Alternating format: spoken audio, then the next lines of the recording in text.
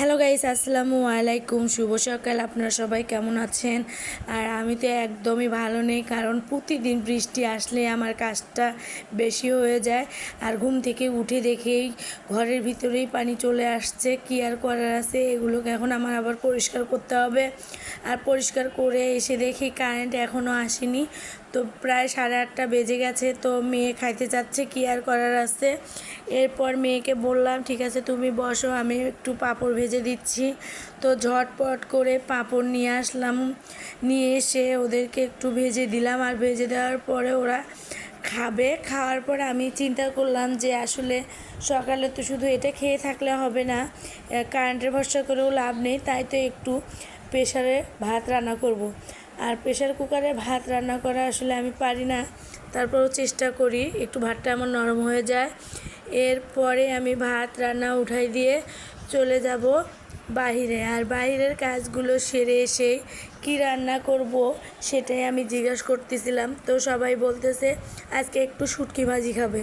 আর আমার হাতে শুটকি ভাজিটা সবার পছন্দ।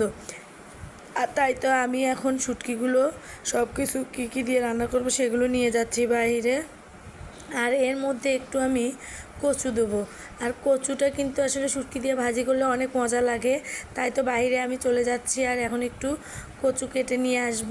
তো যতটুকু নিয়েছি ততটুকু দিয়ে হবে না। এর মধ্যেই আমার সঙ্গে আবার দেখা হয়, ঢাকায় থেকে যারা আসছে সবাই চলে যাচ্ছে, তাদের সঙ্গে একটু কথা বললাম। তারপরে আবারও একটু কচু কেটে নিলাম। আর কচু কেটে নিয়ে আমি এখন বাসার ভিতরে যাচ্ছি। আর বাসাতে গিয়েই দেখি যে কারেন্ট আসছে। আর তাড়াতাড়ি আমি আঙিনায় আবার চলে যাব, কারণ আঙিনায় মোটরটা ছাড়তে হবে। এরপরে আমি চলে যাচ্ছিলাম আঙিনায়। আর আঙিনায় গিয়ে আমি মোটর ছেড়ে দিয়ে দেখি আমার সবগুলো পাতাবাহারের গাছগুলো একদম সুন্দরভাবে হয়েছে, কারণ ভালোই লাগতেছে বৃষ্টি হওয়ার কারণে। এরপরে একটা কবিতরের বাচ্চা নিচে পড়ে গেছে, ও তো উঠতেই পারতেছে না। ঝটপট করে ওকে তুলে দিলাম। আর তুলে দেওয়ার সময় মেয়ে আমাকে বলতেছে আম্মু আমাকে দাও। তো ওকে দিতে ধরে বললাম যে আম্মু না, দেরি হয়ে যাচ্ছে, এখন আর সময় নেই, আকাশ আবারও আসতে পারে। এর মধ্যে আমাকে কবুতরগুলো দেখে ভয়ে পালিয়ে গিয়ে ছাদের উপরে উঠলো। আর এর মধ্যেই দেখি আকাশটা আবারও যেন মেঘাচ্ছন্ন হয়ে আসতেছে। তো মেয়েকে বললাম চলো বাসায়, চলো বাসায়। মেয়ে তো যাচ্ছিলই না, কবুতরের বাচ্চা নেবে, এর জন্য কান্নাকাটি শুরু করছে। এরপরে আমি চলে আসলাম। আর আসতে না আসতে আবারও বৃষ্টিটা চলে আসতেছে। কি আর করার আছে, মেয়ে তো একদম কথা শোনে না। আর রান্নার জন্য দেরি হয়ে যাচ্ছে। তারপরে মেয়েকে নিয়ে আসলাম জোর করেই। আর নিয়ে আসতেই দেখি আবারও বৃষ্টি এমনভাবে আসতেছে যা বলার মতো না।